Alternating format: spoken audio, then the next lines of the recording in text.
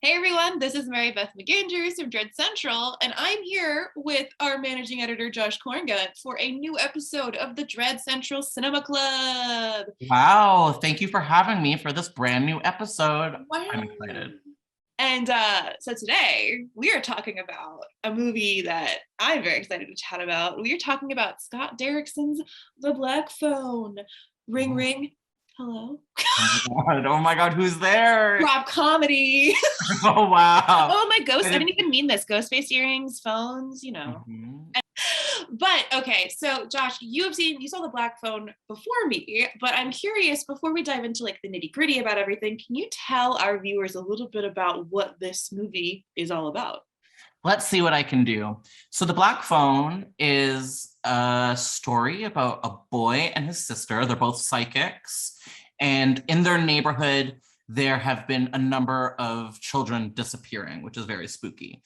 And it's mostly, if not exclusively, boys of a certain age, like preteen, and they keep disappearing. And over the course of the early stages of the film, we see what's happening to them. And basically, there is the serial killer in the neighborhood known as the Grabber, and he dresses up as a magician, and he has this van, and what he does is he distracts the kid and then brings out like a bunch of big scary black balloons to hide them as he grabs them and puts them in his van, and then they die.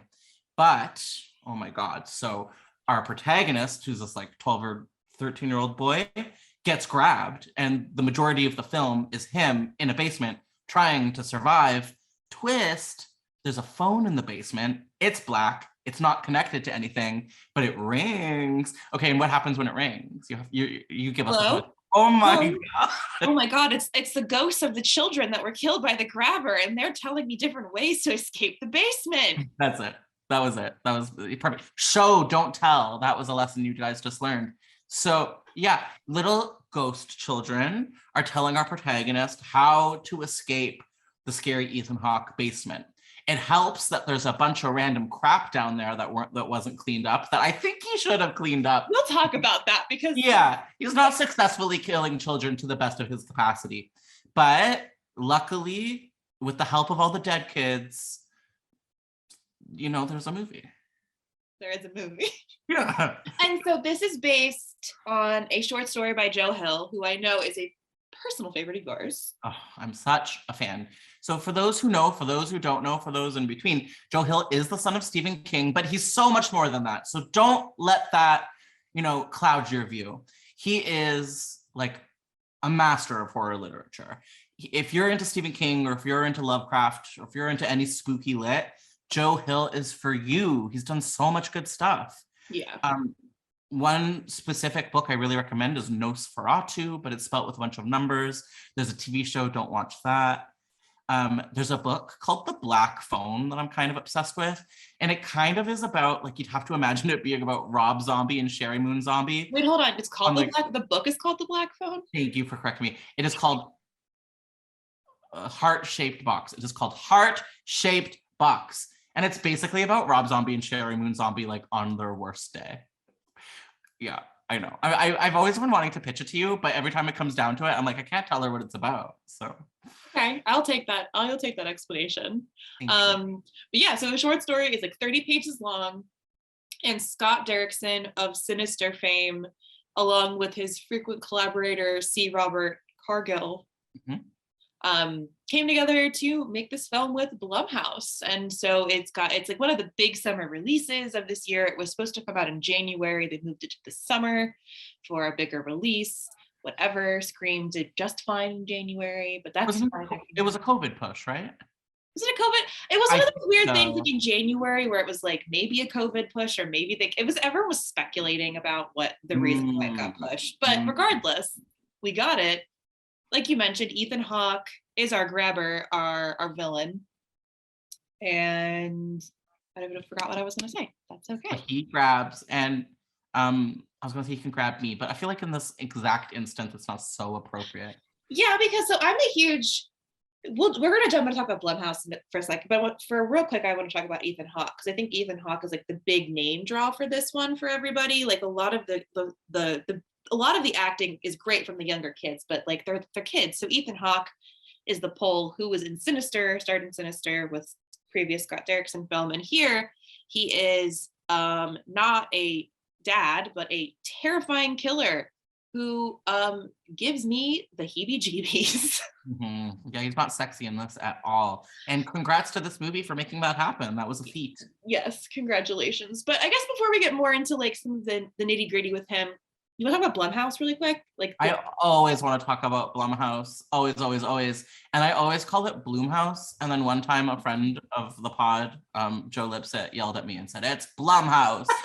And I'll never forget. I didn't know. Yeah. And I said it, he was on my podcast and I called it Bloomhouse twice. And then he stopped. He was like, no.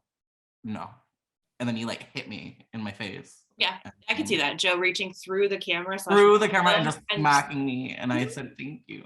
Oh, yeah, I needed to know. But thank you, Joe, for correcting Josh. Blumhouse has been around for a long time. I don't think I realized it because in looking up kind of some of the films they've done, they did Paranormal Activity 1, and that was 2007. Okay, no, they did Hysterical Blindness starring Uma Thurman in 2002. No. I was on their page today and I was like, this directed by the first movie they ever made, directed by a woman of color, Mira Nair, cool. Starring Uma Thurman, even cooler. And I want to say Juliette Lewis, but unconfirmed, cannot remember. And I think it's the movie that taught me what a Greyhound is. No, a screwdriver, which is like vodka and orange juice.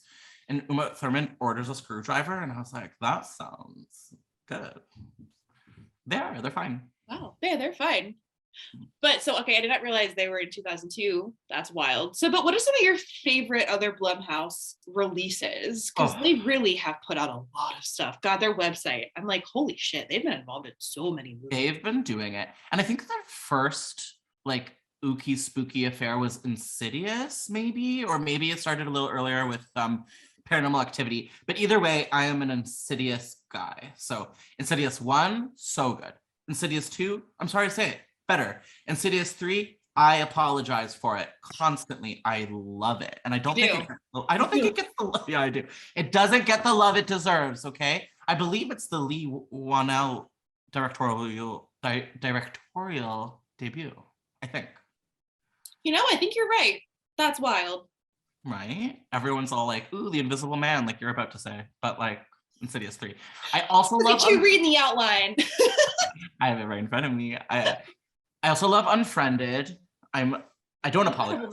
It's just a good movie, and if you don't think so, revisit it. I love Ouija 2, Origin of Evil. So good. Wait, that movie is really... I have seen... I was trying to remember if that's the one I've seen. I remember I didn't see the first one. I saw the second one, and I was like, this isn't bad. Like, this Lynn Shay is in the first one. So get into it. Our queen, our horror queen, Lynn Shay. Mm-hmm. Queen of the Insidious franchise. Queen of my heart, Lynn Shay. So yeah, she's all over Blumhouse and we appreciate that. Yeah, Ouija, Origin of Evil is the second one. It's Flanagan. Mr. Mook Flanagan. Mook Flanagan. Mook Flanagan. It's so good. And the other classics, Get Out and Happy Death Day, cannot be ignored. Get Out, man. Like, they got on Jordan Peele before he got big popular.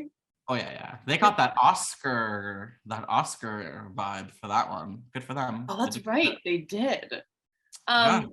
So you have mentioned quite a few of the ones that I really like, but I mentioned Paranormal Activity and Unfriended and Insidious. I also love The Invisible Man. That movie gave me a panic attack in the best way possible. I mean that. It's like Lee Whannell. It's like, you know, not his directorial debut necessarily, and he worked with James Wan for a long time, but it's like his big kind of like I'm back on the scene horror movie with everyone's favorite Scientologist, Elizabeth Moss. I don't know. Also, it's just like, is it not straight culture a little bit? Just like a little bit. I mean, if straight culture is women running around from men abusing them, then yes. No, I mean, okay, fine. How dare you turn that against me? How dare you? But I will say that scene with her and her sister in the packed restaurant, crazy. Incredible moment in the theater too when I saw it in theaters. That was the last movie I saw in theaters before the pandemic shut the world down. Do you know what mine was? The Turning. Oh. Mackenzie Davis vehicle to turning. So bad. With also like my number one nemesis, the kid from Stranger Things. Finn Wolfhard. Number one nemesis. How dare he have a band? That makes me disgusted.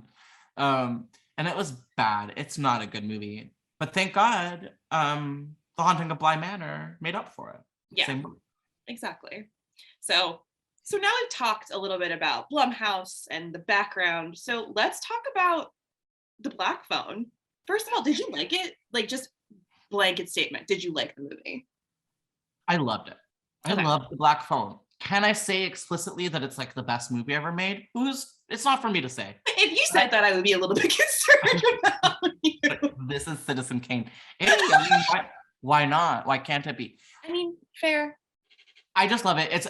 It's very much my kind of horror. It's spooky. It's a little bit extreme. It's like haunted house energy, but with slasher movie pacing.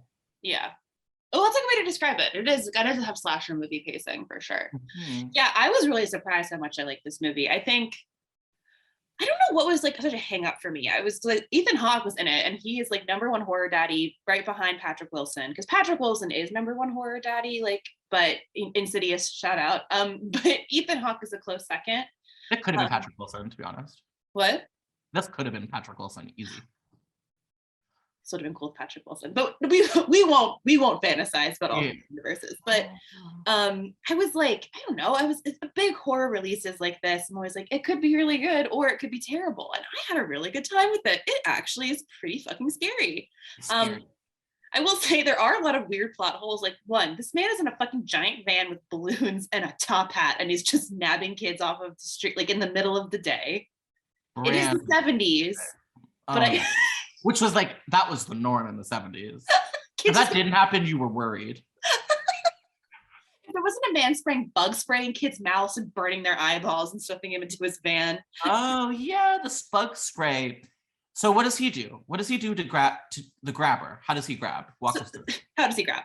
So he's rolling around in this giant black van that says abracadabra on the side. Again, like pretty whatever. There's just so many distinct a little things. Obvious. Yeah. But so he parks, like, he sees a kid that he is waiting to grab, and he pulls over, and he's like walking out, and he has groceries. And this is with Finney, our young protagonist. He trips and drops all of his groceries, and he's like, "Oh, silly me! I dropped the eggs. Hee hee, hoo hoo." And Finney's like, "Can I help you?" And he's like, "Yeah, sure." And then he's like, can I show you a magic trick? I'm a magician. And of course, you're a 12-year-old. You're like, "Yeah, fuck yeah." And it's the 70s, so you're not like, he's gonna fucking kill me. The magic trick is he sprays this crazy, like, I think it's like a wasp spray or something in his eyes and mouth, so he can't really scream or see. And then he like pushes him into the back of his car and covers him with black balloons, so you can't really see what's going on. Yeah. And then, and the guy is also wearing a top hat and like a red turtleneck. And then he pulls out the black balloons, like lets them fly away. So it's just like very dramatic, like not even I wouldn't necessarily say symbolic, but like very aesthetic, which is so fucked up to say, but like there is an aesthetic going on here with the killer. And I do want to say that, so in the short story that I read in preparation, the killer is supposed to be more like John Wayne Gacy, who serial killer in the 70s in Illinois, who dressed up like a clown and is notorious for kidnapping and killing young boys and hiding them under his house. I'm scared. And so the grabber in the story is much more modeled after him. He's described as being overweight. There's kind of a lot of talking about his weight as a character. And in this movie, they change him to not be like John Wayne Gacy at all. They kind of take away that association and make a different character, which I think is a good move. I think making like a John Wayne Gacy character, there'd be so much comparison, but also there's an interesting conversation going on with the grabber being queer coded because he's got like a higher voice, he's killing young boys, he's effeminate, like these attributes that I think people like are seeing, and I think is a little bit homophobic in a way to me, when people are immediately like, "Oh, you're effeminate, so you must be gay and you must be a pedophile." And so there's been some really interesting discourse online. BJ Colangelo wrote this really awesome article on Slashum about how immediately saying that this is what people call gay face is not okay, and like saying that this guy is a pedophile and that like these gay men are pedophiles is harmful, and that while the movie kind of might telegraph some of these things with like the young boys and everything, it's this the way that the people are reacting to this potentially being a queer character is also harmful in and of itself, which I think is fascinating. I mean, I definitely quietly just assumed that it was a queer character. Yeah. Like move forward with it. I can see why that's an issue, mostly because we do have this assumption that all queer men are murderous pedophiles. But at the same time, I kind of didn't think too much about it. It kind of just was the way that it was. Like if he abducted a little girl, I would have assumed he was, bi or straight, but I don't think I would have like thought too much about it. And I think like queer or otherwise, I don't know, they definitely don't lean into any kind of thoughts about molestation or pedophilia or anything like that. No, and that's something that they decide on your own. Yeah, they don't really even tell you what he does to the boys. He kind of just you just know he's terrible to the boys, but you don't know exactly what happens to them. There is a little bit of a moment. So I would say one of the scariest parts in the film is he delivers the boy that he's keeping captive dinner, and he leaves, and the door doesn't close all the way. And so I believe Finney goes to the door and notices that it's unlocked. And he, I guess in a panic, he's like, do I leave? Should I leave? And the phone rings right away. And then he goes over to the phone, and the ghost voice on the other side says, do not go upstairs. It's a trap. What he does is he's waiting at the top of the stairs with a belt, shirtless, I think. No, he's got like his shirt unbuttoned, and that's a very evocative image. He's in this mask, shirt unbuttoned, in a chair. It's a sad mask. I think it's the first time we see the sad mask. Yeah. So in the film, he has like a happy mask and a sad mask. There might be an in-between one as well. And he's sitting at the top of the stairs, sort of waiting to punish. And all the kid says on the other end of the phone is, he's not going to necessarily kill you, but he's going to beat you up until it hurts like too much. And then move to the next phase, because the phase is called Naughty Boy. Naughty Boy phase, yeah. Which is, I guess, the final phase before he kills them. Yeah, because it's like and it was so funny because I was like, oh, of course he's like, I was like, oh, are we really just like, oh, he accidentally, like, okay, no, it is a test. I was like, oh my God, what are we doing here? But that was even creepier because it's like watching a predator play with his food. Totally, that's exactly what it is. And it's just like, it's gross. It's interesting because he clearly has these sort of moralistic rules that he's playing by in his messed up little brain that then the ghost children sort of help Finney manipulate. Yeah, and I think that's one of the things that was hard for me to that was distracting was like the basement. One, there's a window. Yeah, it's high up, but it's not that high up. But like he's not that high up. I know that he said that like it's soundproof, but there's still a window and just a bush covering it. But again, it's 1970s. I guess like people are not as like hyper vigilant. Like everyone is a fucking serial killer. Oh no.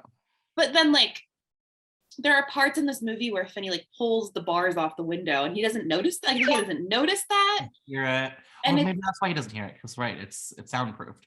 But there's all these like there's crap down there too, and there's a fucking toilet. Like he's got a full-on toilet down there. And I was just like, and some of the things I was just thinking like, this just seems kind of weird to give this kid all of these materials to just have. Part of the narrative, right? Like it's like a semi-convenient narrative because stuff has to happen. But well, I was also waiting for him to smash a spray. They give him a spray bottle. I was waiting for the kid to smash a spray bottle and stab him in the face with the fucking bottle. I was like, oh, just do that, kid. It's the move. Get him in the eyes. He doesn't need them. He is wearing that mask. Tom Savini designed the masks used in this film. Who did I speak to? Was it Scott Derrickson? I got to speak to Scott Derrickson and Jason Blum, and they were talking about how they reached out to a bunch of different prosthetic companies, and Tom Savini just like made this sketch and sent them this like very simple sketch, and the second they saw it, they were like, yes, this is it. It's so scary. It's like one of the scariest masks I've seen in like modern horror in a long time. And it's like real, it's a mask, but it comes in, it's pieces of a mask. It isn't just one mask. So there's the top that has devil horns and creepy eyes. And then the bottom you can switch out. There's smile, there's no mouth, and then there's the frowny face. And so he can like change out parts of it to fit his mood and all that stuff. So, and there are times when he just wears the mouth and you see his eyes, which is so fucking creepy. So it just like, it changes every time, which is so cool how it plays with the pieces and how he's using these pieces of the mask to kind of play with the kids and like set the tone of what is happening and like his emotional state. But there's a part at the end, spoiler alert, everyone, skip ahead if you don't want to hear spoilers, when he gets it pulled off completely and he freaks out when he no longer has the mask on his face in the basement. He freaks out. I don't remember that. Yeah, at the end when Finney has set up like a million traps in the basement with all the materials that he's given him, he takes off his mask and the guy grabs his face and doesn't want him to see it. So it's like the mask is his killer persona. If he's not wearing the mask, he can't do it. Was kind of what the vibe I got was like, that was him kind of compartmentalizing and putting it away in his brain as something like another personality or another part of him. Cool. And like he couldn't face it without the mask on, because you really don't see Ethan Hawke's face very much in this movie. No, not at all. And I think some people complain that maybe Ethan Hawke's not doing the best performance of his career, but I think ultimately is that we're just not seeing him that much, and that's okay. And in my opinion, it works. The mask though does a lot of heavy lifting in this movie. It does, but the movie doesn't have to do that much. Yeah, and I think I liked Ethan Hawke a lot, but I think we've talked about this. There needed to be more of the scary magician man. I wanted more too. He could specifically that magician stuff is like, yeah, well, and like they said, he could hear the phone ringing, kind of, and if he actually is a magician, like, is that his real job? Like, there's just so much going on about him that I'm so interested in and learning more about who he is. Mm-hmm. And like, yeah, so he has. I don't want to. Is this like a spoilerific thing? Yeah, we'll mark when the spoilers are happening. I am desperate to know more about the grabber as well. You know very, very little, and I think it would benefit this movie or even a possible sequel to expand on it. What is with this magician getup? It's so effective and like kind of very iconic, and we don't get too much of it. I know. That was the biggest bummer. It's like I just wanted more creepy magician man. Yeah, I would say my main complaint with this movie is that there's just so much kid. There's so much kid stuff going on in this movie, and I don't care about kids. Although I do think it's brave of a movie to be like, to kill this many kids in a movie, even though you don't see it happening. It's very anti-Hollywood to do stuff like that. But it's like there's a dad beating his kids with a belt, like very aggressively long scene of the sister crying. There's the sister hitting the guy in the face with a rock and the kid getting the shit kicked out of him before that was wild. Like it's pretty violent before we even get to the basement. And then you always see these true crime movies and hear about them, like kids getting abducted, but you don't actually see the kid in the process of like going through living with that killer in the basement. So it really is very anti-Hollywood of like, no, we're going to hurt the kid over and over. And we're going to But they don't show it. You never see any kind of like blood or gore or violence. You do see the dead kid, the ghost with like slit throats and stuff. So there's a little bit of that, but you don't see like the kids being actively like murdered and maimed and stuff. So how is he killing people? He's always saying like, a knife. He was like, if you're nice, I'll kill you with a knife. If you're not nice, I think it's a hatchet. That seemed to be because he comes on to say, I'm gonna make this hurt for a long time, and it made it seem like so part of this was like, it definitely got me in my imagination, which I thought was interesting, got me thinking about like all these horrible things he does to these kids, because again, you don't see what he does to the kids, like the ghost kids, you just see like the cuts on their bodies and stuff, so you can kind of just infer what these kids have gone through. When he comes out with a hatchet, I'm like, is he just gonna like cut off parts of his body until he dies? I mean, that seems to be the implication, because how else is he gonna make it last unless it's just chopping him into bits? I don't know. It's so scary. One of the kids that we get to meet partway through the film is this like really rough and tumble bully character, and we meet him because he's like playing pinball and he's like really aggressive and a bit of a bad kid. And then when that kid passes, like He's so angry. You feel that kid's anger, and you feel that kid's anger towards the killer. And I found that to be really interesting. Yeah, I think they were doing some really cool. I think what's interesting is that so many times I feel like when you adapt a short story, you can kind of tell. It's like, but this one I think they did a really good job with pacing in terms of not making it feel as like, okay, we only have 30 pages of material. How do we stretch it out? Like they gave us more, they made us invest more emotionally in the siblings, because in the story they don't really have that as much, but in this one they really drive home like this connection between brother and sister and how much they love each other and how much they need each other to survive because their father's abusive, their mother is dead. And I think that really helps amp up the emotional stakes with them for sure. I cried. I'm pretty sure I ended up in tears by the end of this. Oh really? Which is not often for me, but Huh. yeah, I was really moved. Especially by that ending. There's a moment in the ending where both kids are psychic and the sister's looking for her brother, and then eventually, spoiler alert, she manages to sort of find his location. And that was like a lot for me. Yeah. I also just want to give a quick shout out to the score of this movie.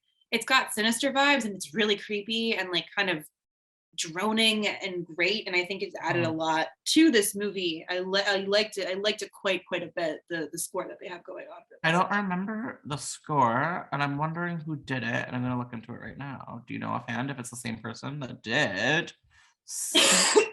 No. Mark Corvin.